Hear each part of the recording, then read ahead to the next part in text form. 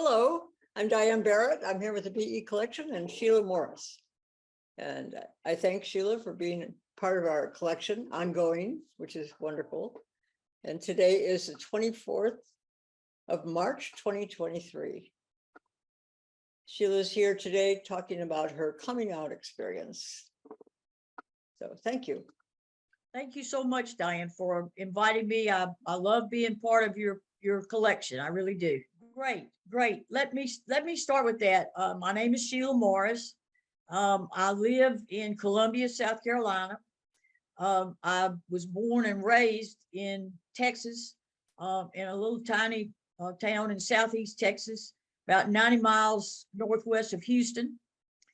And I've been in South Carolina for, it's over 50 years now. So I'm really kind of more of a South Carolinian than a Texan. But once you're a Texan, you really don't get over that.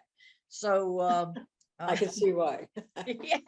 I know other Texans. So what was the name of that little town? The name of the little town was Richards. Okay. Richards, Texas. It was in Grimes County. Grimes County was a very rural, agrarian, that's about the only thing going on was dairy farms and cattle, small cattle ranches. So it was very, remote. The town size was about 500. My granddaddy always said it was 500 if you counted the dogs and chickens. So that was about what was my life. Did you have siblings?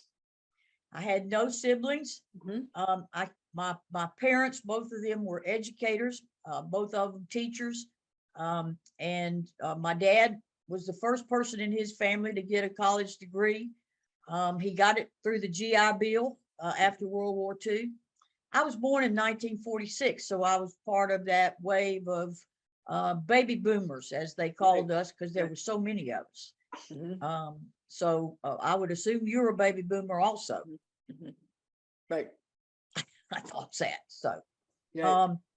So, I guess, Diane, what I would like to say is, I don't know who watched this. I went and watched the others that you've had do this interview.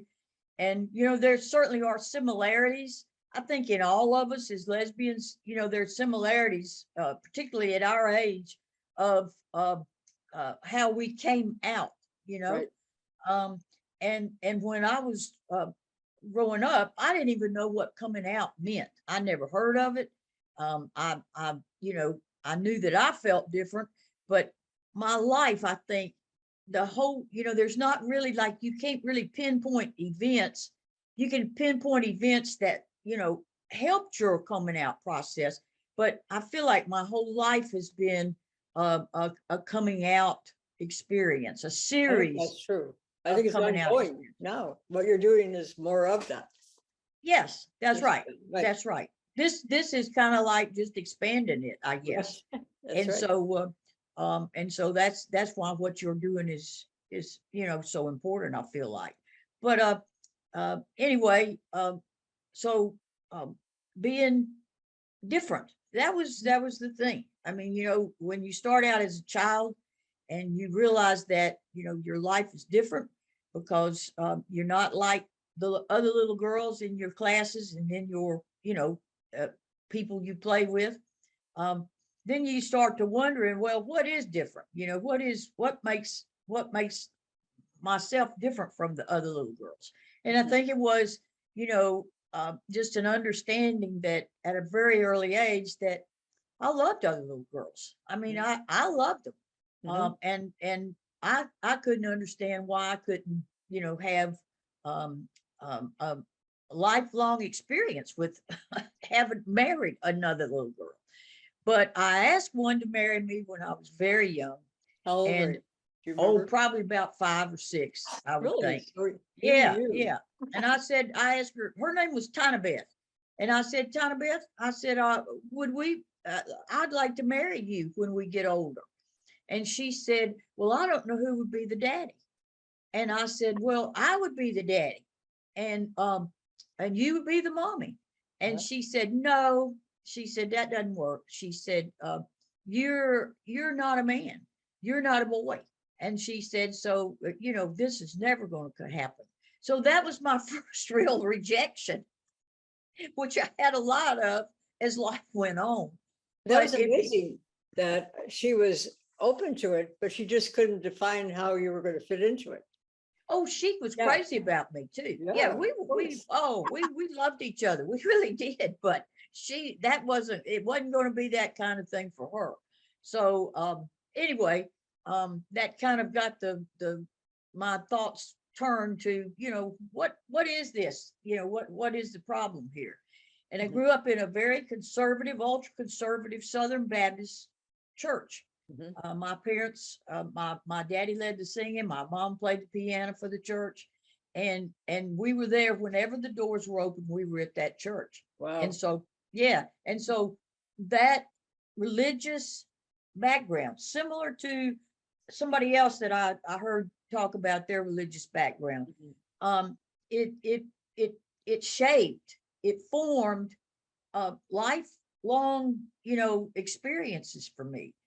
And that became the first place that I began to understand guilt about Right. who I was. Wow. And How old were you what, then? yeah, I was probably 9 or 10 when I heard the first preacher talking about it. And it was a revival preacher, I think. And he came and oh my goodness, he just said that, the biggest sin in the world was a woman or a man lying, with another person of the same sex. And he said, those people that do that are going straight to hell. And Whoa. so, so when you hear that, hey, maybe what you're thinking is not on the right track, then it tends to, it shapes how your fears, you develop fears, anxiety, but what it did for me was it made me more curious, Mhm. about what this was. And this was, like in the early 1950s. So mid 20th century. And so this was, not only a sin, it turned out, but it was also a sickness. If you had these feelings, then there was something wrong with you, with your mind. Mhm. And so, so there you go. You start Right. out thinking everything's all right, and then you get surrounded by everybody's filters on everything, and it turns out that it's you're in the wrong on so many fronts, and and you got a Since you lot. were 5, right? Since your That's first right. proposal, right? That's right. That's right. Did So your were your parents aware of your many proposals prior to that? no, No, no. my parents were, you know, you got to think of this. Back then, nobody was sitting around the dinner table talking about people being gay. Right, Okay. That right. word wasn't even in our vocabulary. And it What I'm sure wasn't curious about, starting with myself on that, how did I yeah, know I wasn't supposed to be talking about it? I mean, at yeah, 5, because yeah. our dinner tables were like that too. Nobody talked about it, but somehow I knew I wasn't supposed to talk to them about it either. That's exactly right. You You're can't blame it exactly on right. television because television was hardly going on then. Right. Yeah, Right. And we didn't even get a TV till I was probably in about the 5th grade. I mean, we that's didn't have a true. TV. That's Yeah. right. And so there wasn't anybody talking about anything. And also, Diane, the thing too is back then that I would like for people to know, there weren't any people that were models. There weren't any role models, Right. to look around and say, oh, look, there's a woman living with another woman. So that must be okay. So it was taboo, nobody was talking about any of that. So anyway, yes, we all had that same dinner table. Right. We might have been eating different things, but we sure weren't talking about homosexuality. I know No. that. Yeah. So but and you develop a feeling of living 2 lives. You have a life over here where you're thinking about, I'm crazy about this other person that's a woman or a girl or whatever. And then you've got this other life where you're thinking, oh, I can't talk about that. I can't feel anything like that. That is nothing but trouble. That's nothing but trouble you're fixing to get in there. So yes, you're And exactly you right. knew that. Yes, I knew Yeah. it. I You think know, that's just amazing. like you knew it. Right. But Yeah, I don't know why I knew it, but I did know it. yeah, that's it. We don't know why. We're Mhm. shaped by the external things around us. We're not even aware of it when we're children. You know, I mean, we don't even think, hey, why wouldn't I be talking with this about mom and dad? You just know that you don't talk about it with mom and dad. So Do you think anyway, there are any homosexuals in your family besides yourself that you might have oh, I noticed? definitely do now. Right. But I mean, at least they were around. I I wasn't thinking that though. I mean, Right, I but had I a mean, no, I had an uncle that was my mother's brother, and he never married until he was like in his 60s. That was when he married a woman. And but listen, he now I know that mhm, that was a gay man. mhm. And now I have a first cousin that's gay, and he and I talk about it. Well, And that's so good. yes, it was all through Huh, my mother's family, but huh. none of us ever knew that at the time. It was We're just really not. finding in this project that it's very prevalent. Yeah, It's aren't you? I mean, right. yes, there is definitely a DNA Heard about connection there. 85%. Really? Mhm, mhm. Yeah, Yeah, yeah. Well, I don't doubt that. I no. really don't doubt that. But anyway, um, I'm How old were you uh, when your proposal was accepted? well, Approximately. I, I had a huh, I had a series of acceptances that didn't go very far because the women, the women that I got involved with early on in my 20s were um, didn't see themselves as lesbians. That was my problem. You know, Mhm, I was trying to develop a sense of authenticity in my life. I mhm. was trying to become a whole person. You know, I wanted to get rid of the split people that I was. I wanted those two people, those two lives to become one person, you know? And so uh, I was, I, I didn't know, I didn't know where to find community. I mean, because I didn't know what community even meant, you know. You were Um, really young developing that philosophy for yourself, weren't you? I well, mean, it was a that's pretty amazing, philosophy. I think. eh, Well, you know, I I'll mean, tell we you, all get it was, there, but you were very young approaching it. yeah, I was young when I was thinking about it, and I Yeah. read stuff, Diane. I read everything I could find about it, and the one event that I can point to in my early years that changed my life though was when I went off to college. I went off to the University of Texas in Austin, and back then, you know, we had big classes for. I mean, I had more classes, more people in my classes than I did in my whole town. You know what I mean? Right, And right. so, yeah, and You so were a town unto yourself. that's right. Right. That's exactly right. And so I signed up when I was about probably a junior in college. I signed up for a class called abnormal psychology. I remember that. Do you remember that class? I do. I remember the title. I said, I wonder what this is. Yeah. I Did think you I was take that class? administrating. No, I don't remember if I learned anything about Well, what was I abnormal, but I remember that title. There was a book actually that went with it. yeah, Yeah, yes, we had a textbook. Right, textbook. right. Absolutely, we did. And so uh, uh, when uh, I went into the class, it was one of the big classes, like about 500 people in the class. You know, because big Texas was back then, even in the 1960s, it was still a big school. And so anyway, I went into the class and I kept waiting for the chapter on homosexuality Huh, because I thought, well, now that's going to be good for me to know all the right. things I need to know. And do you know what that professor said that day that he taught that class? He said, I have a counseling practice on, in addition to my teaching duties, I have my own personal counseling practice. And he said, with regards to homosexuality, my question to you as a class is, what would you have me say to the happy homosexual?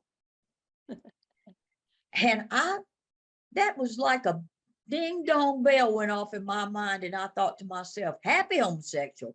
That doesn't Do happen. you mean to tell me that somebody can be a homosexual and happy too? Well, that did it for me.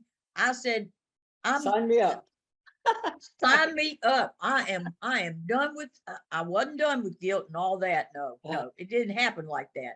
But it was the first little bit of inkling in that I ever heard from anybody that suggested that I could be a homosexual and be happy. So, you know what? I started, I guess, a journey from that point on. That's great. And a journey to find, to figure out what happiness could be for me. And, I made, that's been a lifelong journey, and I've made plenty of mistakes. I did a lot of wrong things.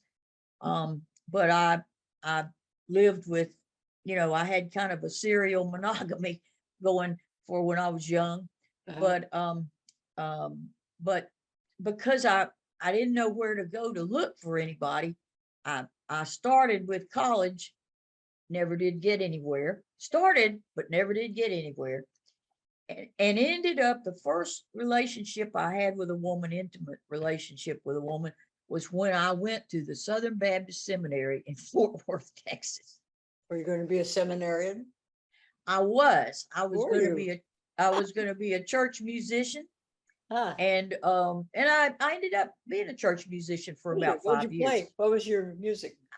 My instrument was my voice. I was a Wonderful. vocalist. Yeah. And so anyway, the woman that I met that we got involved, she sang in the traveling singers group that we sang in also. So we had that in common. But here's the thing. She didn't see herself as a lesbian. Okay. She saw herself as being involved with somebody she loved, but it was because of who the person was, not who she was. It was hard to say the word. What? It was difficult to say the word lesbian. It was hard. And homosexual was very long. It was. Yeah. Yes, Maybe very long. And lesbian, I learned by the time I was 20 something, I knew that, I was a lesbian, and that's what my name was. But she was the first of several women that I got involved with that did not see themselves as lesbians. They saw themselves as just being in a relationship with me, Right. And you know what I mean? Yeah, I do. Yes. We had to rationalize it. Yes. To make it work for the exterior life. Yes. That's exactly. Maybe I'm not a lesbian, but she is. It was very confusing. I think that confusion is lifted for people. I think it has to, thankfully. It was definitely there back then. And being a singer, I'm sure, drew a lot of women to you. Yes, and I'm gonna tell you what else was a magnet, was being a church person, because people always believed that if I worked in the church, hey, I must be a safe person. Right, no guilt there. Yeah, because forget guilt. Yeah, sorry, but anyway,